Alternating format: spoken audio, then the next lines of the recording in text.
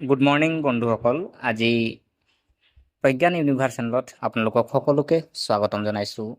প্ৰিয় দৰ্শক, আজি সোমবাৰ 30 জুন 2025। আপোনাৰ ভাগ্যই কি কয় আৰু কোন ৰাশিয়ে শুভদৃষ্টি লাভ কৰিছে জানো আহকচোন। প্ৰিয় দৰ্শক, হিন্দু পঞ্জিকা অনুসৰি আজি সোমবাৰ আহাৰ মাহৰ 15 তাৰিখ, শুক্লপক্ষৰ পঞ্চমী তিথি। নক্ষত্ৰ যদি চোৱা হয় মঘা, যোগ সিদ্ধি যোগ, আৰু সূৰ্য উদয় সময় যদি চোৱা হয় পুৱা 4:37। সূৰ্যাস্ত যদি চোৱা হয় সন্ধিয়া 6:15। প্ৰিয় দৰ্শক, আজি যিসকল জাতক জাতিকা যদি আমি জন্ম ৰাশি যদি চোৱা হয় সিংহ ৰাশি। আজিৰ ৰাহুকালৰ সময় যদি চোৱা হয় 4:36 পৰা 6:19 থাকিব, আৰু এই সময়ত গুৰুত্বপূৰ্ণ কাম নকৰিব। প্ৰিয় দৰ্শক, 2025 চনৰ 30 জুন আজি সোমবাৰৰ বাবে আজি 12টা ৰাশিৰ সকলো ৰাশিৰ দৈনিক ৰাশিফল জানো আহকচোন। প্ৰিয় দৰ্শক, আজি প্ৰথম ৰাশিটো যদি চোৱা হয় মেঘ ৰাশি।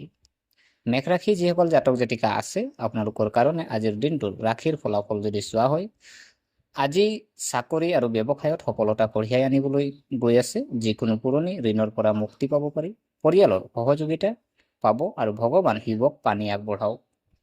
প্ৰিয় দৰ্শক, ইয়াৰ পিছৰ ৰাশি যদি চোৱা হয় বৃষ ৰাশি। বৃষ ৰাশিৰ কাৰণে কৈছে যে টকা সম্পৰ্কীয় বিষয়ত অলপ সাৱধান হওক। মানসিক চাপ থাকিব পাৰে, কিন্তু ধৈৰ্য ধৰিব। আপুনি আপোনাৰ পত্নীৰ পৰা সমৰ্থন পাব। ওম নমঃ শিৱায় মন্ত্ৰ জপ কৰক। প্ৰিয় দৰ্শক, ইয়াৰ পিছৰ ৰাশি যদি চোৱা হয় মিথুন ৰাশি।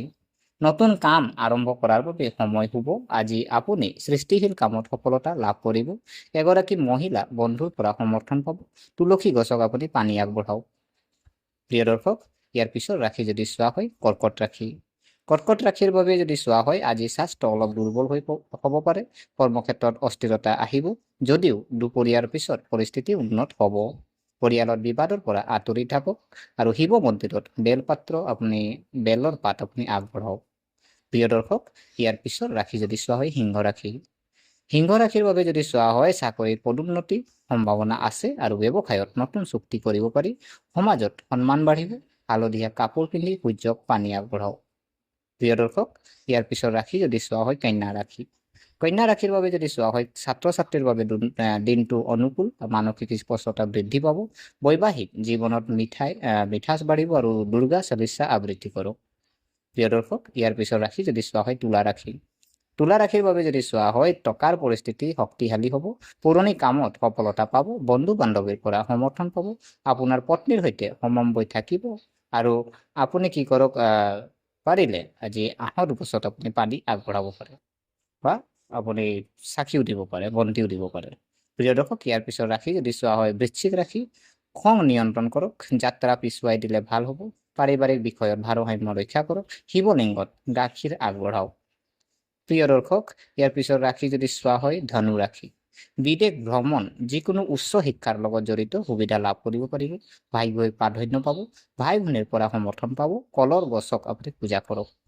প্ৰিয় দৰ্শক, ইয়াৰ পিছৰ ৰাশি যদি চোৱা হয় মকৰ ৰাশি। মকৰ ৰাশিৰ বাবে যদি চোৱা হয় কৰ্মক্ষেত্ৰত মানসিক চাপ সম্ভৱ, কিন্তু সৎ কামৰ সুবিধা লাভ কৰিব। খৰচ নিয়ন্ত্ৰণ কৰক। কলা তিল দান কৰক। প্ৰিয় দৰ্শক, ইয়াৰ পিছৰ ৰাশি যদি চোৱা হয় কুম্ভ ৰাশি। কুম্ভ ৰাশিৰ বাবে যদি চোৱা হয় সম্পৰ্কৰ বাবে আজি এটা ভাল দিন। বন্ধু বান্ধৱীৰ লগত পোৱাটো আপুনি লাভজনক হ'ব, আৰু ভাগ্য আপোনাৰ লগত থাকিব, আৰু নীলা কাপোৰ দান কৰক। প্ৰিয় দৰ্শক, ইয়াৰ পিছৰ ৰাশি যদি চোৱা হয় মীন ৰাশি। মীন ৰাশিৰ বাবে যদি চোৱা হয় ধ্যান আৰু আধ্যাত্মিকতাৰ প্ৰতি আগ্ৰহ বাঢ়িব। মানসিক শান্তি থাকিব। স্বাস্থ্য ভাল হ'ব। বিনিয়োগৰ বাবে দিনটো অনুকূল নহয়। গাই গৰুক গুড় আৰু ৰুটি খুৱাব লাগে। প্ৰিয় দৰ্শক, গতিকে আশা কৰিছোঁ আপোনালোকে ভিডিঅ'টো চাই ভাল পালে।